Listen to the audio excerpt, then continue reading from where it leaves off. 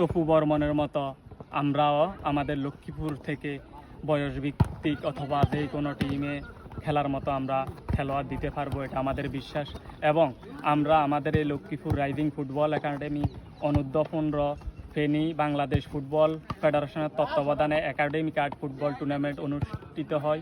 আমরা rising football academy প্রথমবার হিসাবে ওখানে অংশগ্রহণ করি এবং ওখানে চ্যাম্পিয়ন হওয়ার গৌরব অর্জন করি। এবং গত মাসে বাংলাদেশ ফুটবল ফেডারেশনের ফুটসাল ফুটবল টুর্নামেন্ট অনুষ্ঠিত হয় ঢাকা আউটার স্টেডিয়ামে, বঙ্গবন্ধু আউটার স্টেডিয়ামে অনুষ্ঠিত হয়। ওখানে আমাদের এই লক্ষ্মীপুর রাইজিং ফুটবল একাডেমি অনূর্ধ্ব-15 টিম চ্যাম্পিয়ন হওয়ার গৌরব অর্জন করে এবং লক্ষ্মীপুরের সুনাম বয়ে আনে।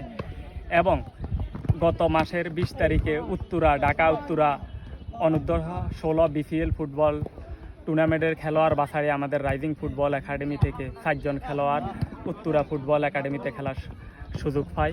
এবং ইনশাল্লাহ আমরা দোয়া করবেন যে আমরা যেন অচিরেই বাংলাদেশ ন্যাশনাল পর্যায়ে যেই কোনো বয়স ভিত্তিকে যেন লক্ষ্মীপুর রাইজিং ফুটবল একাডেমি থেকে খেলোয়াড় দিতে পারি এবং লক্ষ্মীপুরের সুনাম বয়ে আনতে পারি, এই আশা প্রত্যাশা রেখে আমি আমার জন্য কথা এবং শেষ করলাম। শুভকামনা আসসালামু হচ্ছে যে রাইজিং ফুটবল একাডেমি হচ্ছে রাইজিং ফুটবল একাডেমির জন্য।